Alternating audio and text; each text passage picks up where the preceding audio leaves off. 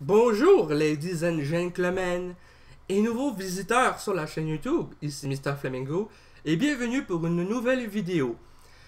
Aujourd'hui, j'avais vraiment envie de faire une nouvelle vidéo critique sur Slenderman parce que, comme un de mes amis a commenté dans la dernière vidéo Slenderman, comme quoi on n'était pas assez constructif, et je trouve qu'il a raison.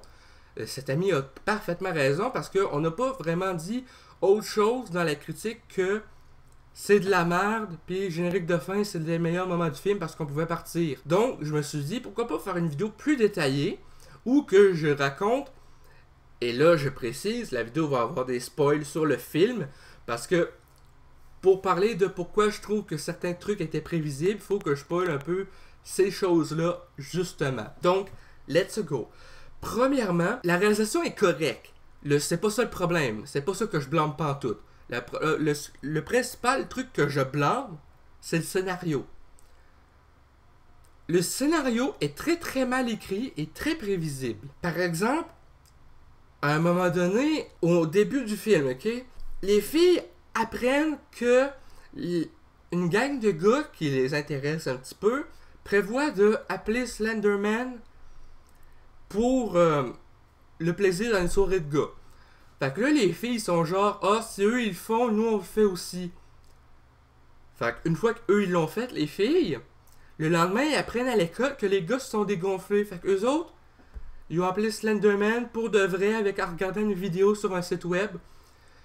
Une vidéo qui était un peu angoissante, je l'admets, mais que c'est stupide. En quoi regarder une fucking vidéo va appeler Slenderman?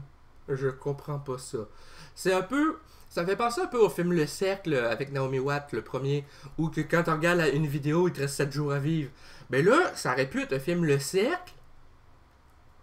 À la place, avec un concept similaire, ça aurait pu être un film Le Cercle, bien meilleur que Les Cercles qu'on a eu l'an passé. Mais je vois pas le principe de la vidéo pour Slenderman.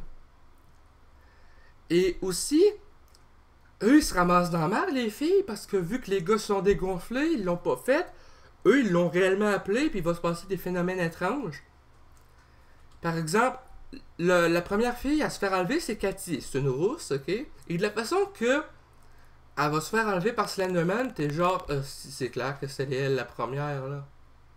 Ils sont dans une visite scolaire d'un cimetière historique. Et là, à un moment donné, elle arrête d'avancer, elle fixe quelque chose, mais on voit pas c'est quoi ce qu'elle fixe. Pendant que les autres continuent d'avancer comme si de rien n'était, puis ils se rendent pas compte qu'elle a arrêté d'avancer, puis genre. Première chose qu'on sait après ça, on voit même pas l'enlèvement. Tout le monde sont dans le bus scolaire. Là, j'avais Cathy, qu'est-ce que tu fous? On attend après toi pour partir.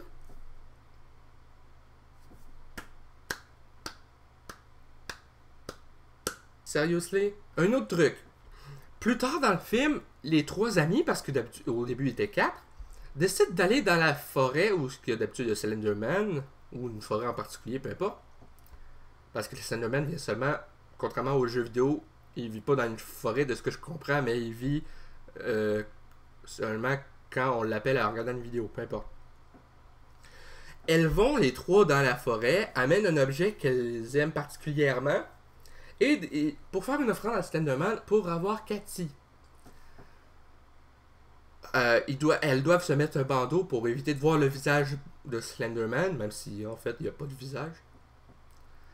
Et là j'étais genre, ah, Olivier, je te gage qu'il y en a une qui va lever son bandeau puis qui va voir Slenderman quand la première leur dit qu'il faut pas.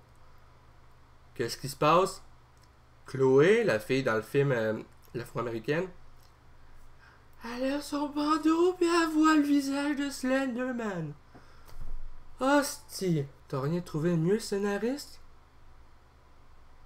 T'as rien trouvé de mieux? T'as tabarnak rien de trouvé de fucking mieux? Un autre truc. Le personnage de Ali, qui est la deuxième personnage principal après le personnage de Joey King, qui elle s'appelait Ren, W-R-E-N.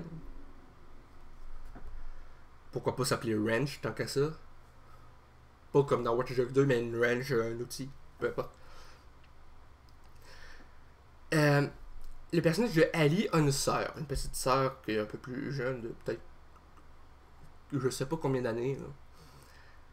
Et à un moment donné, j'étais genre, à la place d'amener un objet, tu sais, je disais à Olivier, à la place d'amener un objet dans le poids pour avoir Cathy, pourquoi pas faire un sacrifice? Eux, Slenderman, il n'y en aura rien que calisser de vos objets. Là, j'étais genre, moi, si j'étais eux autres, j'amènerais la petite sœur à m'énerve, de toute façon. Je disais ça en blague. Plus tard, dans le film, on apprend que, une fois que le personnage, la petite sœur est hospitalisée pour des genres de trucs étranges, on apprend que le personnage de Ren l'a emmené dans le bois pour l'offrir à Slenderman pour avoir Cathy. Olivier, à ce moment-là, il me regarde, ça fait « Dude, tu l'as prédit! » C'est genre « Mais je disais ça en joke, câlisse! Je disais ça en fucking joke! » C'est tout ça pour dire que, oui, je spoil, ok? J'ai détesté le film. Peut-être qu'un jour, je vais l'acheter pour ma collection, mais à part de ça, puis peut-être le regarder pour me foutre de la gueule pour regarder du film, puis regarder les making-of, pour voir à quel point ils ont tout fucké le film. Voir si c'était juste le scénariste qui était blâmé ou le studio aussi. Parce que des fois, entre les producteurs, scénaristes, réalisateurs, les studios, il y a souvent des interférences, fait que ça amène à un tout autre projet. Juste regarder ce que Fox a fait avec Josh Trank, Les 4 Fantastiques, par exemple. C'est une des raisons pourquoi j'aime le film personnellement. C'est parce que je sais pour tout le calvaire qu'il y a eu autour. Mais pour Slenderman, il n'y a aucune précision sur comment ça s'est passé ou si c'était le script de base du réalisateur qu'ils ont fait de A à Z et que c'était vraiment mal écrit. Du moins, j'ai trouvé aucune information là-dessus en faisant des recherches. Tout ce que je peux vous dire, c'est que le film est extrêmement prévisible et la bande-annonce est 100 000 fois meilleure que le film. La bande-annonce laissait présager que ça pourrait avoir de la gueule. Et une petite anecdote, on n'était même pas encore rentré dans la salle que les personnes de la précédente représentation sortaient. Qui qu'on voit là? Brian. Shout-out à toi, Brian, Channel 49. Il nous dit « Hey les gars, allez vous faire rembourser votre billet, le film c'est de la merde. » Même Brian voulait aller le voir au début ce film-là, puis là, il sort du film, il était crissement déçu. J'ai genre, sérieux le film c'est de la merde? Ah oui, c'est poche, il se passe rien. Bon, on va pareil le voir. Après ça, après le film, Brian me texte. Puis c'est de la merde, hein? J'étais genre, Stido, t'avais crissement raison, mais ça valait la peine pour faire la critique et cette vidéo aussi. Parce qu'il y a des choses à dire en hostie des fois. Tout ça pour dire que le scénario est extrêmement prévisible. Les personnages prennent des décisions qui sont stupides, qui nous fait avancer l'histoire, mais pour les mauvaises raisons. Oui, allô? Faudrait vraiment que les scénaristes de nos jours trouvent une solution pour faire avancer l'histoire avec des décisions qui tiennent la route. Et c'est à ça que je travaille avec mon scénario de film d'horreur que je travaille depuis 2011. Enfin bref, merci d'avoir regardé cette vidéo. Le film, comme vous avez pu le constater, m'a vraiment déçu. Très déçu. Et c'est un peu ça. Donc, merci d'avoir regardé cette vidéo. Je vous dis à bientôt pour de prochaines vidéos. Si cette vidéo-ci vous a plu, ben, n'hésitez pas à me le dire dans les commentaires. À laisser un petit like, ça fait toujours plaisir. Et un abonnement à ma chaîne pour de nouvelles vidéos chaque semaine. Sur ce, merci d'avoir regardé. Je vous dis à bientôt. YOLO.